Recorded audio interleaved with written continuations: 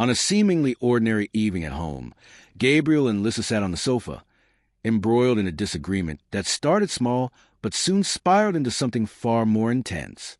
The daily grind, mounting stress, and lingering frustration set the stage for a heated clash. Lissa stood in the living room, arms folded tightly, her face etched with irritation. "You know what's wrong, Gabriel? You don't even notice me anymore. You're consumed with work, the bills, and you don't look at me the way you once did." Gabriel exhaled heavily, striving to keep his composure. "That's not fair, Lissa. I pour everything into providing for this family, for giving us a good life. You know that." She scoffed, rolling her eyes. Always the same excuse. "Maybe I just need to get out, have some fun, and escape this dull routine we're stuck in." Exhausted by the argument, Gabriel shook his head. "Do what you want, Lissa. Just don't come back later claiming I didn't try." Without another word, Lissa stormed upstairs. Moments later, she descended, dressed to go out. Her outfit, a short, revealing dress with delicate straps and a plunging neckline, clung to her figure, paired with towering heels. Gabriel's eyes widened, a mix of shock and disapproval flickering across his face. "You're going out like that?" he asked, his voice tinged with disbelief. "Yes, Gabriel," she shot back defiantly. "Is that an issue? I'm meeting my friends, and I can wear whatever I choose." He stared at her for a moment, weighing whether to push further, then shrugged. "Fine, Lissa. Do what you want.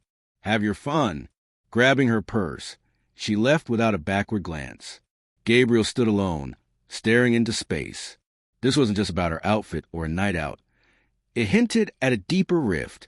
He felt her slipping away, yet he was at a loss for how to mend it. As Lissa stepped outside, laughing loudly into her phone, a nagging suspicion crept into Gabriel's mind. Her defensiveness about her outings wasn't new, and tonight, in that dress, something told him her plans extended beyond a simple night with friends. Left alone, his thoughts spiraled. Her recent behavior, her joy in moments away from their marriage, it all weighed heavily on him. By 11 p.m., with no word from Lissa, Gabriel sat on the couch, his mind racing. This wasn't the first time she'd gone out without regard for his feelings, but tonight, something in him snapped. His patience, worn thin by their constant fights and her growing distance, had reached its breaking point. He knew he could no longer ignore her actions. With a heavy sigh, Gabriel grabbed his phone and began noting his thoughts, determined not to act impulsively. This time, he wanted a calculated response, one that would make it clear he was done tolerating her behavior. He opened the closet, pulled out an old suitcase, and started packing Lissa's clothes and belongings. Each item he folded felt like a reminder of the years he'd spent trying to salvage their marriage. When he finished, he placed the suitcase by the door, a deliberate, symbolic gesture. If she wanted to live so freely, she could leave for good. But Gabriel wasn't done. He wanted to leave her stunned. Retrieving a camera from the closet, one used for family milestones, he set it up discreetly in the living room, aimed at the entrance. He intended to capture her every reaction when she saw his preparations. Next, he wrote a note and placed it where she'd set her purse. "I hope you had fun tonight. We need to talk, but your lies stop here. I'm ready for what's next." The words were direct, a clear signal that he was done being passive. As he finalized his plan, Gabriel scrolled through social media. Lissa was cautious, but her friends weren't. Within minutes, he found photos and videos confirming his doubts. Lissa at a club, smiling, dancing, surrounded by strangers. One video stood out. She was dancing provocatively, a man whispering in her ear as she laughed in a way Gabriel hadn't seen in years. Anger surged, but he steadied himself. To make his case undeniable, he opened his laptop and created a slideshow of the evidence. Each photo and video formed a narrative of her betrayals. He saved it to a flash drive, placing it beside the note. The message was unmistakable. He had proof and wouldn't hesitate to use it.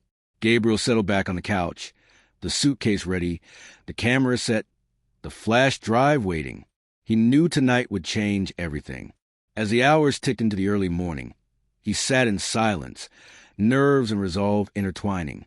When he heard the key in the lock, he straightened, heart pounding. Lissa entered quietly, heels in one hand, purse in the other, her dress slightly askew. The scent of perfume and alcohol clung to her. She didn't notice the suitcase or glance his way, likely assuming he was asleep. But Gabriel was wide awake, watching her every move. She stopped at the couch, set her purse down, and froze when she saw the note. Her face shifted as she read it, sensing trouble. Gabriel stayed silent, studying her. Her eyes widened, her expression hardened. Then she looked at him. "Gabriel, what is this?" she asked, her voice shaky. He leaned forward, hands clasped, gaze unwavering. "It's exactly what you think, Lissa. I'm done with your lies and being made a fool of." She tried to sound confident. "What are you talking about? I just went out with friends. I didn't do anything wrong." Gabriel's laugh was cold, humorless. He stood, picking up the flash drive. "I've always suspected you weren't honest, Lissa. Tonight, I got all the proof I needed." She stepped back, defensive. "Proof of what?" "You're imagining things." He raised an eyebrow. "Am I? Then you won't mind watching this." Ignoring her protests, he plugged the flash drive into the TV. Images and videos played, Lissa dancing, laughing with other men, and a damning clip of a man whispering to her as she leaned in, smiling. Her hands flew to her mouth, her face flushed with shame. "This is nothing, Gabriel. They're just friends," she stammered. "Friends," he countered. "Does this look like friends to you?" "Because to me, it looks like a woman who's forgotten she has a husband." She faltered, but he pressed on. "Enough, Lissa. I'm tired of your excuses. Tired of holding this marriage together while you act single. That suitcase by the door, it's yours. Tomorrow, you find somewhere else to stay." Lissa stood frozen, his words sinking in. Then she tried one last plea. "Gabriel, please. I messed up, okay? It was just a night out. I swear it won't happen again." His eyes held cold disappointment. "A mistake? This isn't just about tonight. You've been disrespecting me for a long time. Now you face the consequences. Tomorrow you leave and you won't come back." Tears streamed down her face, but Gabriel stood firm. He knew her crying was another attempt at manipulation, a tactic she'd used before. In the past, he might have softened, but not now. "Please, Gabriel," she sobbed. "I know I messed up, but you can't do this. We have a history. You can't throw it away." He crossed his arms. "Throw it away? You did that, Lissa, every time you went out without caring about me or the boys. You broke our history, not me." She stepped closer, but he backed away. "Stop. I'm done living in a marriage where I'm the only one trying. If you want to live like you're single, go ahead, but not here." Her sobs grew louder, but he didn't budge. "And the boys," she said, grasping for leverage. "They need me. You can't keep me from them." Gabriel shook his head. "The boys? Now you think of them? You weren't thinking of them at the club. Don't use our kids as an excuse." Lissa's head dropped, tears falling freely. "I just wanted to feel alive again," she whispered. Gabriel's laugh was hollow. "Alive? And what about me? Do you think I didn't feel dead every time you left me and the boys behind? You made your choices, Lissa. Now live with them." Silence hung heavy. She glanced at the suitcase, realizing there was no going back. "Is this it?" she whispered. "Is it over?" Gabriel sighed. "Yes, Lissa, it's over. I'll take care of the boys and myself. You can do what you want, but you have no place here anymore." She stood, staring at the floor, unable to meet his eyes. Gabriel felt a strange relief, finally ending years of pain. With trembling hands, Lissa picked up the suitcase and walked to the door, pausing as if hoping he'd stop her. He didn't. The door closed and he exhaled, feeling both the weight of his choice and a newfound peace. That night was a turning point.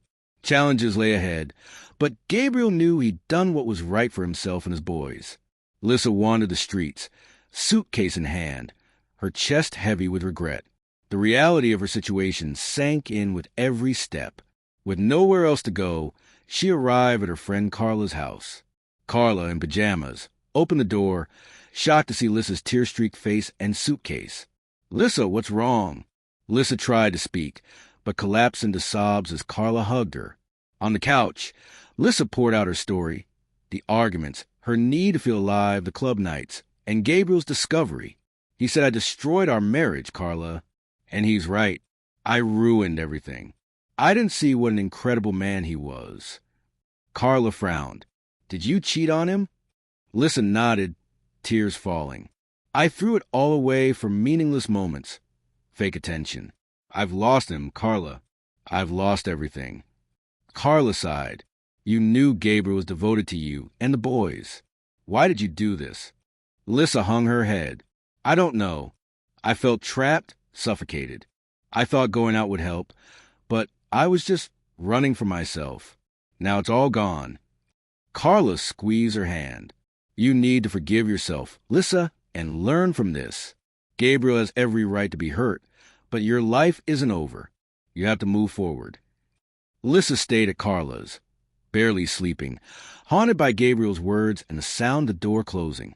She knew Carla was right, but the weight of her regret felt like an anchor. 2 days later, Gabriel focused on his routine, determined to build a better life for himself and his sons. He didn't regret his decision, but knew Lissa would reach out again. That afternoon, during a work break, he called her. Her voice was hesitant. Gabriel. Yes, he said firmly. We need to talk, not in person, but I need to make things clear. After a pause, she said, Okay, I'm listening. He chose his words carefully. I've thought about what you said at my office. Your apologies, your wish to fix things. But it's too late, Lissa. She tried to interrupt, but he continued. This isn't just about that night or the years I tried to save our marriage. It's about you showing me you didn't care, always putting yourself first. Her voice shook. I was selfish, I know. He cut in. Let me finish. I'm not attacking you. I'm telling you it's over. No matter how much you cry or justify, you'll never have me back. Silence followed. I worked so hard for us, for our family, he said. I gave everything, and you threw it away without a thought for me or the boys. Her voice cracked. I was immature. I didn't realize what I was losing. But now you do, Gabriel said sharply. Now that you're alone, you want to come back. But life doesn't work that way. You can't just walk in and out when it suits you. Another silence. Will you ever forgive me? She whispered. He softened slightly but stayed firm. I don't hold a grudge, Lissa, not because you don't deserve it, but because anger would only hurt me. I forgive you for my peace, but I'll never take you back. And the boys? This call isn't about them. It's about you accepting our family. We'll never be the same. After a long pause, she said, I understand. Thank you for telling me. He replied, I hope you find what you're looking for, but it won't be with me. He hung up, staring at his phone, feeling relief tinged with sadness. Closing that chapter was hard, but moving forward was the healthiest choice.